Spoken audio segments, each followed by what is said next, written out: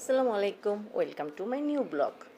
আমি উষাস ডায়েরি থেকে বলছিলাম। আজকের সকালটা আমার একটু অন্যভাবে শুরু হয়েছিল। ইচ্ছে ছিল আলসেমি করার, কিন্তু সেটা আর হয়ে উঠল না। সকালে ঘুরে বেড়াচ্ছি ডাইনিং স্পেসে, দেখলাম আমার টোনাটুনিগুলো আমাকে দেখে লাফাঝাপা শুরু করলো। বুঝলাম ওদেরকে খাবার দেওয়া হয়নি। ওদেরকে খাবার দিলাম, সাথে ওদের সঙ্গে কিছুটা সময়ও কাটিয়ে নিলাম। কি সুন্দর দেখতে, তাই না? একজন হচ্ছে নিমো টোটো, আর একজন হচ্ছে সিমন।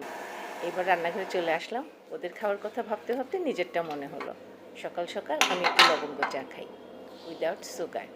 আজকে ঠিক তার ব্যতিক্রম হলো না। চাটা করে নিলাম নিজের পছন্দ মতো করে। আমি আবার আজকে সকালের এই চাটাতে লেবু নেব না, কারণ সেদিন লেবু চা খেয়ে আমার অনেক বেশি অসুবিধা হয়েছিল। সো এটা অ্যাভয়েড করছি। চাটা হাতে নিয়েই উদাস হয়ে গেলাম। যে জানালাতে দাঁড়ালাম, উফ, শরতের এই ঝকঝকে আলো পাতাগুলোতে পড়ে এক অপূর্ব সৌন্দর্যের সৃষ্টি করেছে। সেটা দেখতে লাগলাম। আকাশটা নীল হয়ে গেছে, কি সুন্দর, তাই না? অপূর্ব। আসলে পাতাগুলো কেমন ঝকঝকে করছে। চা হাতে নিয়ে এবার আমি বেলকনির উদ্দেশ্যে রওনা হলাম, কারণ বেলকনিতে আমার কিছু সুন্দরী আছে, ওদেরকে না দেখলে আমার একদমই ভালো লাগে না। আজকের বেলকনিটা কাপড় দিয়ে ভরা। সকাল সকাল কাপড় নেড়ে দিয়েছে। উফ, চায়ের সাথে শরতের মিষ্টি আকাশ, সাথে মিষ্টি বাতাস, এমন সুন্দর নীল আকাশ, আসলেই অপূর্ব। আমি তো এখানেই আটকে গেলাম।